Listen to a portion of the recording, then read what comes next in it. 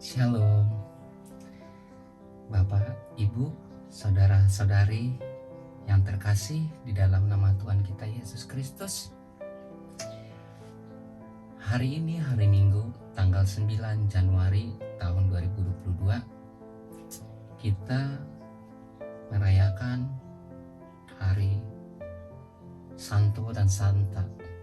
Ini bertepatan, yaitu Santo Julianus dan Santa Balisa. Santo Julianus dan Santa Basilsa adalah pasangan suami istri.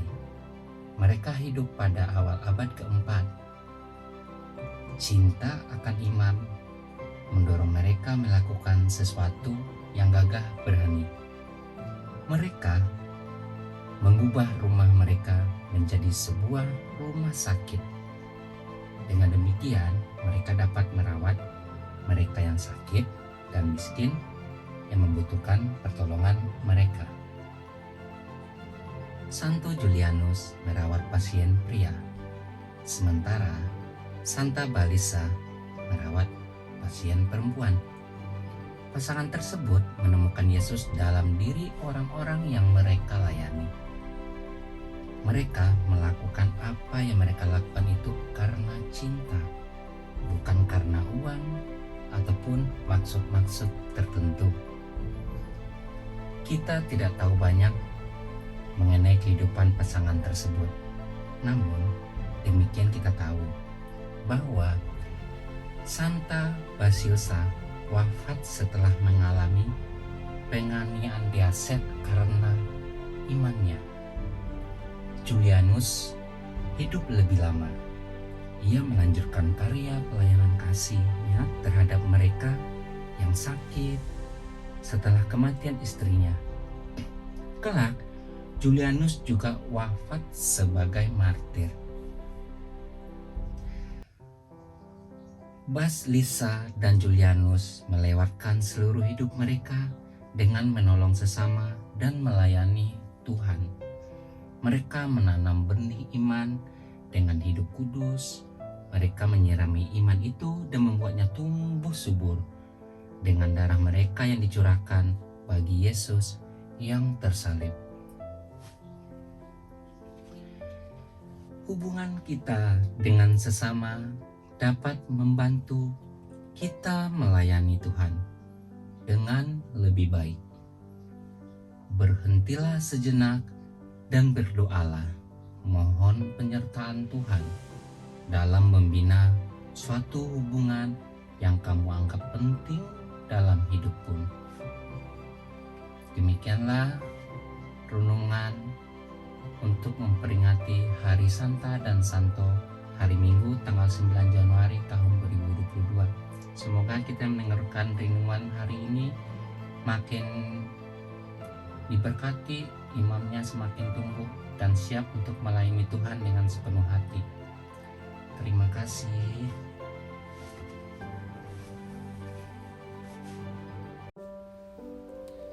Salam jumpa kembali, Bapak, Ibu, Saudara-saudari yang terkasih di dalam nama Tuhan kita Yesus Kristus.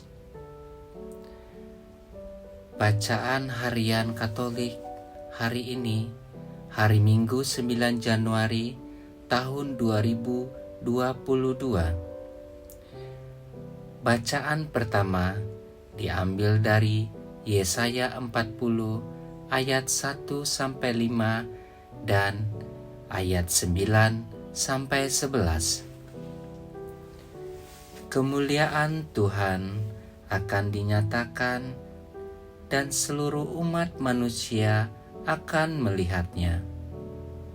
Tuhan bersabda, "Hiburkanlah, hiburkanlah umatku, tenangkanlah hati Yerusalem dan serukanlah kepadanya, bahwa penghambaannya sudah berakhir, bahwa kesalahannya telah diampuni, sebab ia telah menerima hukuman dari tangan Tuhan 2 kali lipat karena segala dosanya. Ada suara yang berseru-seru, "Di padang gurun, persiapkanlah jalan untuk Tuhan. Di padang belantara, luruskanlah jalan raya bagi Allah kita." Setiap lembah harus ditutup dan setiap gunung dan bukit diratakan. Tanah yang berbukit-bukit harus menjadi tanah yang rata dan tanah yang berlekuk-lekuk menjadi dataran. Maka kemuliaan Tuhan akan dinyatakan dan seluruh umat manusia akan melihatnya bersama-sama. Sungguh Tuhan sendiri telah mengatakannya. Hai Sion, pembawa kabar baik, naiklah ke atas gunung yang tinggi. Hai Yerusalem, pembawa kabar baik, nyaringkanlah suaramu kuat-kuat, nyaringkanlah suaramu, jangan takut. Katakanlah kepada kota-kota Yehuda, lihat, itu Allahmu. Lihat, itu Tuhan Allah, Ia datang dengan kekuatan dan dengan tangannya Ia berkuasa. Lihat, mereka yang menjadi upah jeripayahnya ada bersama-sama Dia, dan mereka yang diperolehnya berjalan di hadapannya. Seperti seorang gembala, Ia mengembalakan kawanan ternaknya dan menghimpunkannya dengan tangannya. Anak-anak domba di pangkunya, induk-induk domba dituntunnya dengan hati-hati. Demikianlah sabda Tuhan. Syukur kepada Allah. Bacaan kedua. Bacaan kedua diambil dari Titus 2 ayat 11-14 dan Titus 3 ayat 4-7.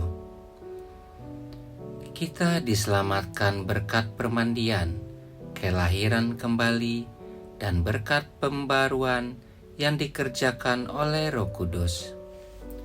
Saudaraku terkasih, karena kasih karunia Allah yang menyelamatkan semua manusia sudah nyata, Ia mendidik kita supaya kita meninggalkan kefasikan dan keinginan-keinginan duniawi, dan supaya kita hidup bijaksana, adil, dan beribadah di dalam dunia sekarang ini dengan menantikan penggenapan pengharapan kita yang penuh bahagia dan pernyataan kemuliaan Allah yang Maha Besar dan Juru Selamat kita Yesus Kristus yang telah menyerahkan dirinya bagi kita untuk membebaskan kita dari segala kejahatan dan untuk menguduskan bagi dirinya suatu umat kepunyaannya sendiri yang rajin berbuat baik.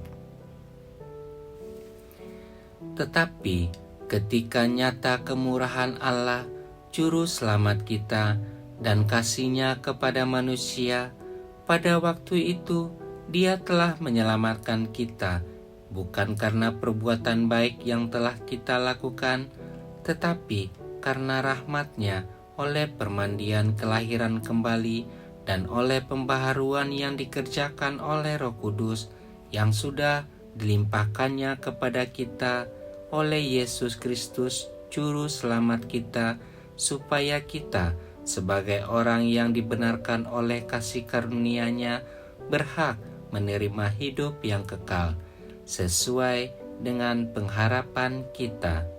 Demikianlah sabda Tuhan. Syukur kepada Allah. Inilah Injil Tuhan kita Yesus Kristus menurut Lukas. Dimuliakanlah Tuhan. Bacaan Injil Lukas 3 ayat 15 sampai 16 dan ayat 21 sampai 22. Ketika Yesus sesudah dibaptis sedang berdoa, terbukalah langit. Pada waktu itu, orang banyak sedang menanti-nanti penuh harapan serta bertanya-tanya dalam hati, kalau-kalau Yohanes itu Al-Masih. Maka Yohanes menjawab dan berkata kepada semua orang itu, "Aku membaptis kamu dengan air, tetapi Ia yang lebih berkuasa daripadaku akan datang, dan membuka tali kasutnya pun aku tidak layak. Ia akan membaptis kamu dengan Roh Kudus dan dengan api." Ketika seluruh orang banyak itu telah dibaptis, dan ketika Yesus juga dibaptis dan sedang berdoa, terbukalah langit dan turunlah Roh Kudus dalam rupa burung merpati ke atasnya. Dan terdengarlah suara dari langit, "Engkaulah Anak yang kukasihi, kepadamulah aku berkenan." Demikianlah sabda Tuhan. Terpujilah Kristus. Bapak, Ibu, saudara-saudari yang terkasih, rangkuman bacaan hari ini, hari Minggu tanggal 9 Januari tahun 2022, itu mengenai tentang pembaptisan. Jadi di sini kita akan merangkum tentang bacaan dan Injil Tuhan kita, Yesus Kristus, dibaptis menjadi pengikut Kristus. Yohanes Pembaptis menegaskan bahwa ia membaptis dengan air, sedangkan yang akan datang nanti akan membaptis dengan Roh dan api. Air membersihkan, tetapi air hanya membersihkan bagian luar. Air menandai, bukan mengubah seluruhnya. Api memurnikan luar dalam. Api dapat mengubah secara utuh. Ini bahasa kiasan. Namun, bahasa seperti ini menolong kita mengerti dan membicarakan hal-hal yang dengan cara lain sulit dipahami, apalagi dikomunikasikan. Baptisan dengan Roh artinya baptisan yang memberi kekuatan penuh menempuh hidup baru yang diniatkan orang dipermandikan. Pada zaman Yesus baptisan yang dikenal ialah baptisan Yohanes Pembaptis. Baptisan yang diumumkan Yohanes ini sebetulnya bukan barang baru lagi pada waktu itu. Para pertapa di Qumran sudah menjalankannya. Juga kelompok-kelompok orang saleh waktu itu menyatakan niat pembaruan hidup mereka dengan baptisan. Nanti bila Yesus membaptis, ia tentunya juga membaptis orang seperti Yohanes, seperti dapat disimpulkan dari Yohanes 3 ayat 22 sampai 23. Dan sewaktu masih ada bersama Yesus, murid-muridnya pun membaptis, tentunya menurut baptisan Yohanes juga. Baru setelah peristiwa kebangkitan, baptisan di kalangan pengikut Yesus menjadi lebih khas. Ini tercermin dalam ajakan agar murid-murid membaptis dalam nama Bapa, Putra, dan Roh Kudus. Dalam tradisi Kisah Para Rasul, baptisan dijalankan dalam nama Yesus, dalam arti orang menggabungkan diri dengan pengikut-pengikut Yesus, karena Yesus tidak lagi ada bersama mereka secara fisik. Maka baptisan ini disebut baptisan dalam Roh-Nya, yaitu Roh Kudus yang membawakan hidup baru. Paulus menjelaskan bahwa menjadi pengikut Kristus dengan ikut dibaptis karena tindakan ini melambangkan keikutsertaan di dalam penderitaan, kematian, dan kebangkitannya. Dalam surat kepada Titus yang dibacakan hari ini, khususnya Titus 3 ayat 5, Paulus menegaskan bahwa dibaptis berarti lahir kembali, mendapat pembaruan hidup dalam Kristus. Semoga demikian. Amin.